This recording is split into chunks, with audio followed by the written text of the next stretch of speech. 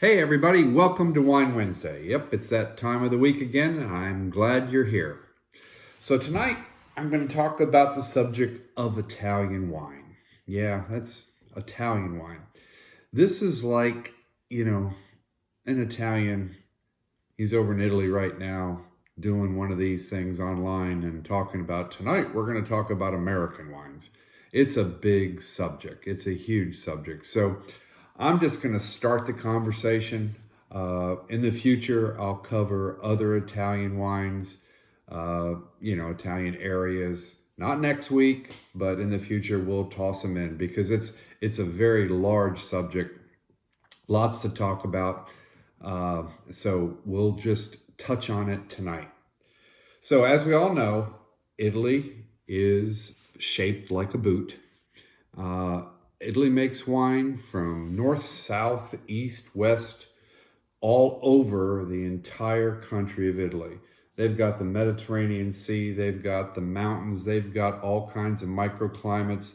There is, just all kinds of different wine areas in Italy, including a couple of islands. You've got Sardinia and Sicily, which are making a lot of wine also. So, you've got winemaking all over the country. So it's very difficult to talk about it in any short time that we would have doing this. So tonight we're going to talk about a couple of them. We're going to talk about Super Tuscans and Amarone. Super Tuscans come from where? Tuscany. Yeah, Tuscany. There's been lots of movies about Tuscany. It's always very romantic and flowing dresses and red wine and walking through the vineyards and beautiful sunsets, and it's gorgeous, and it is a beautiful area. Tuscany is in central to north central Italy. The wines that most people associate with the area is Brunello di Montalcino, Chianti's, Chianti Classico, Chianti Classico Reserva, and Montepulciano. So there's many more, but those are the ones that most people talk about. But we're going to talk about Super Tuscans. Well, what is a Super Tuscan? Super Tuscans have been around a long time. They are sort of the exception to the rule in Italy. Italy is very, very regulated with regard to what you can and can't do. They have their regulations on how everything is to be done, from, how long a particular wine needs to be aged, just everything about it. So Super Tuscans they got to rewrite the rules.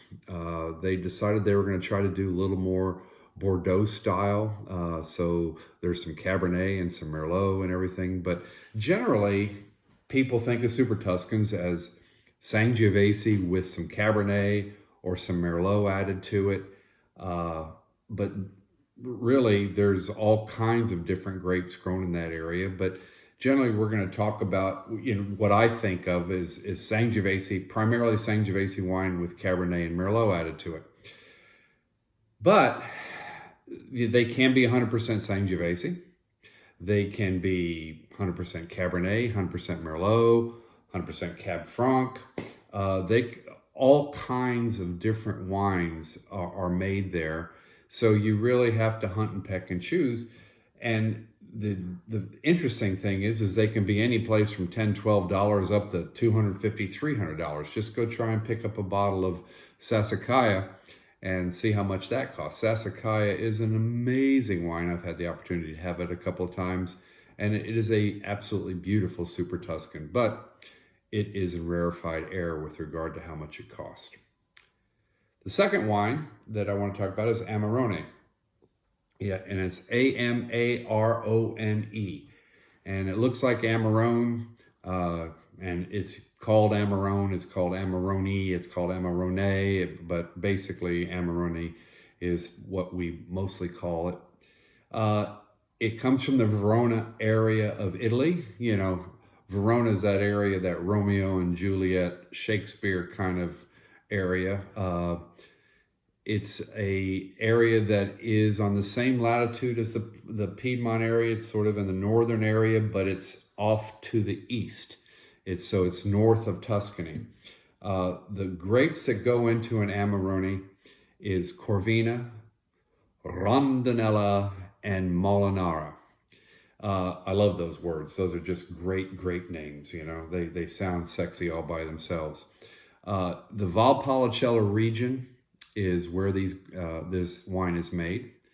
Valpolicella is a basically decent little table wine, and Amarone is made with those three grapes. It can be made in any percentages of those grapes. Sometimes they're 100% or almost 100% Corvina, but it can be any number of those grapes. But what they do is they dry the grapes for up to 120 days. Back in the old days, they put them on straw mats, and they would leave them out in the sun and dry them out and raisin them.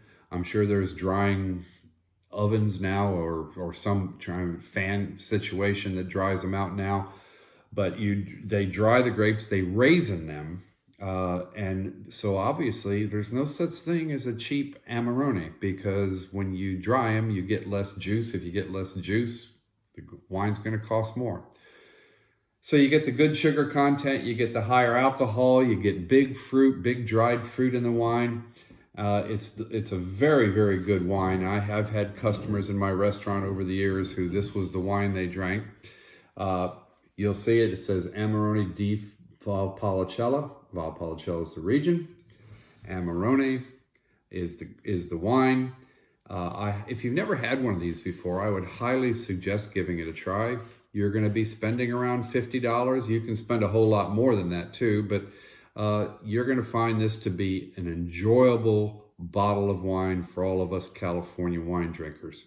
So until next week, when we'll tackle another subject, cheers.